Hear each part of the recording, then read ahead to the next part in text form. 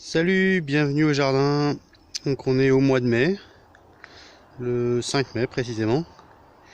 On a un petit coup de froid là depuis 2 jours.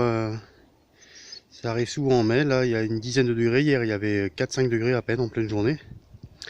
Donc on est là pour parler de la serre.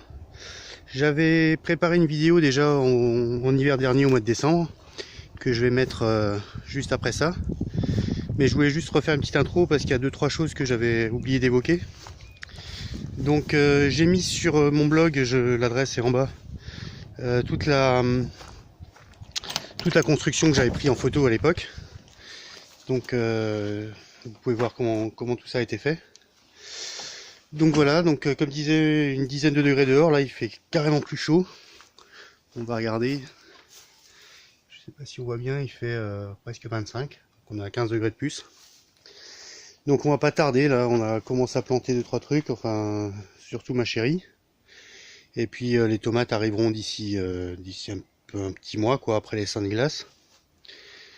Et donc le truc que j'avais pas évoqué la dernière fois, c'était la butte qui est derrière là. Je sais pas si on voit bien. La dernière plate-bande. En fait, ce qui se passe, c'est qu'ici on est sur une zone, on a un rocher qui est juste derrière, un énorme rocher, une énorme falaise.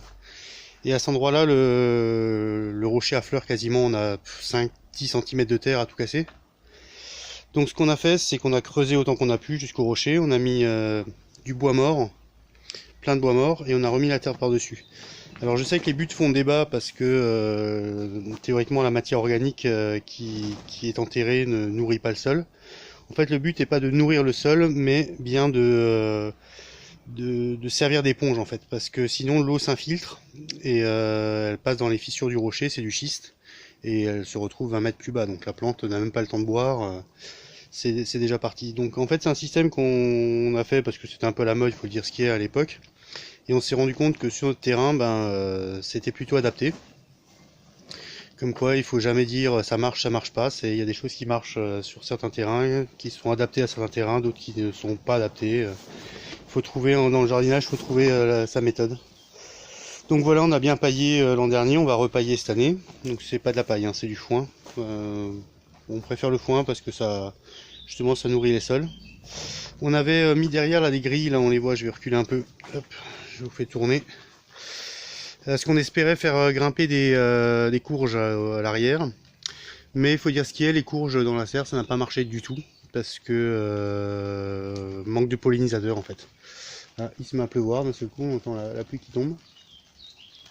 Donc on n'avait pas de pollinisateur dans la serre, même avec la porte et les fenêtres ouvertes. Donc en fait on avait des belles fleurs, mais on a eu quasiment aucune courge quoi. Donc les courges en serre, pour nous c'est pas bon.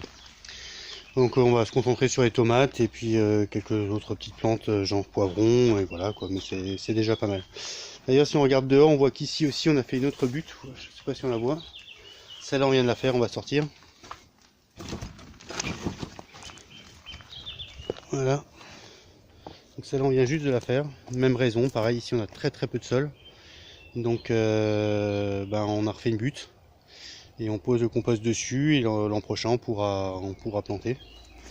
Parce que si on voit, je vais essayer de vous trouver une zone, vous voyez là, on voit clairement le rocher qui affleure un peu partout.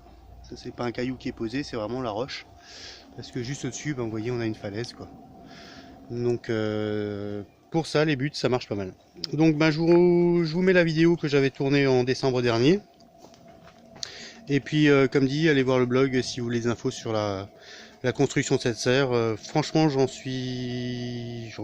en est très content a priori. Elle a bien tenu, on a eu des grosses tempêtes cet été, cet hiver, ça n'a pas bougé, donc c'est que la construction était bien vue. Voilà. Voilà, donc on est le 15 décembre, la serre est toujours en place. Elle a passé l'été et ses tempêtes. Donc là c'est un peu la fin des haricots, on a eu des gels à moins 7, 7000 par exemple. On en a déjà eu quelques-uns à moins 2, moins 3. Donc on voit que même malgré la serre, ça a quand même un peu gelé.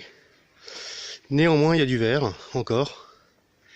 Alors en fait le problème c'est que quand il y a du soleil la journée, la chaleur s'accumule. Mais quand on a brouillard, et ça arrive assez fréquemment vu qu'on est dans une vallée, s'il y a brouillard toute la journée, forcément il n'y a pas de chaleur accumulée et le soir ça gèle. Donc on peut voir que ça a surtout gelé en haut. à 2 mètres, 2 mètres 50 près des bâches. Forcément, c'est là où le froid arrive le premier. Et le phénomène de serre en plus fait que c'est très humide, donc quand ça gèle, ça fait beaucoup de dégâts. Mais on peut voir par exemple ici qu'il y a encore un pied de poivron qui est presque encore vivant. Il y a quelques fleurs encore qui sont vivantes. Donc aujourd'hui j'ai décidé que c'était la fin, donc j'ai ouvert les fenêtres. Parce que je pense que le cycle naturel veut que un peu de froid ça fait pas mal. Et que je sais pas si on va le voir à l'image, mais on a des phénomènes un peu de pourrissement à certains endroits. Je vais essayer d'en trouver là par exemple, qui est lié au fait que l'air n'est pas renouvelé certainement et qui fait très humide. D'ailleurs on voit, si on regarde la bâche, il y a pas mal de condensation. Donc voilà, j'ai ouvert les fenêtres. Donc j'en parle sur mon blog, le système de fenêtre un peu rustique mais qui marche bien. Voilà, il y a un pied avec un contrepoids qui permet de maintenir. Et une vis dans laquelle je viens ficher dans un trou comme ça qui maintient bien. Là ça peut plus bouger, même s'il y a du vent, la fenêtre peut pas s'envoler. Je voulais des fenêtres comme ça, parce que comme ça même s'il pleut, ben la pluie ne rentre pas. Donc voilà la serre. Donc ici à l'arrière c'est un peu plus préservé parce que derrière il y a de la végétation. Donc je pense que ça a fait un peu écran au froid. Mais il y a même encore quelques petites tomates. Bon, on a tout ramassé, on les fait mûrir dans la cuisine, mais il y en a encore quelques-unes là qui malgré tout ont essayé.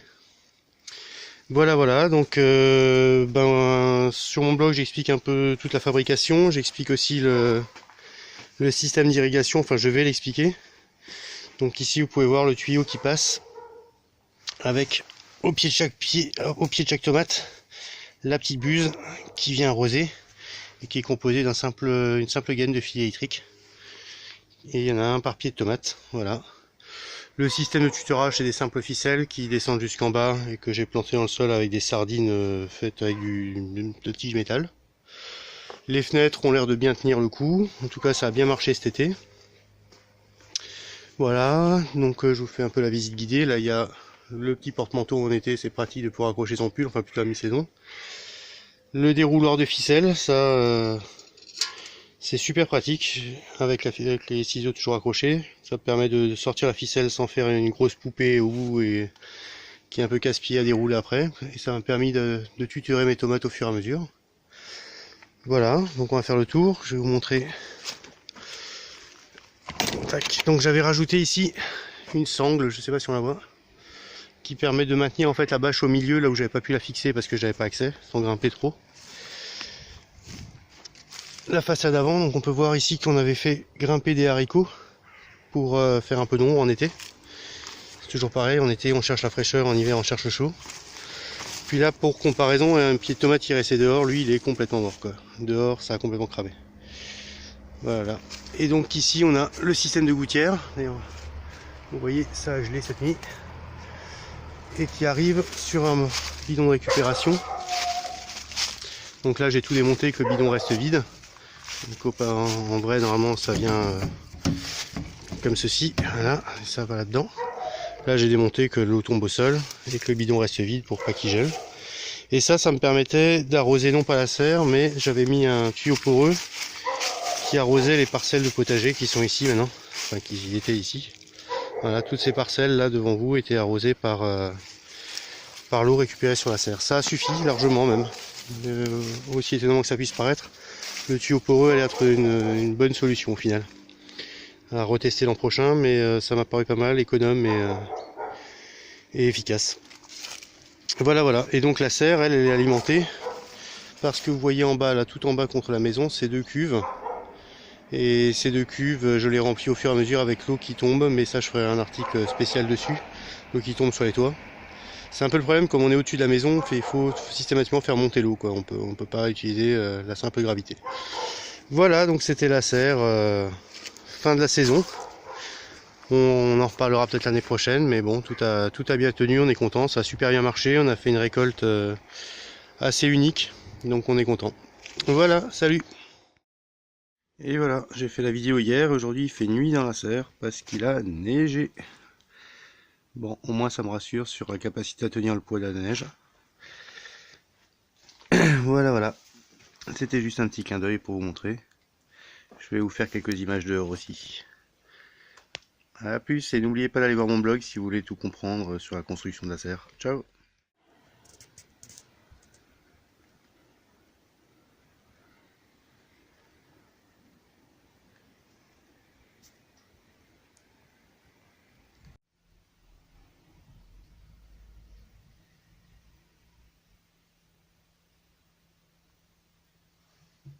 Abonne-toi!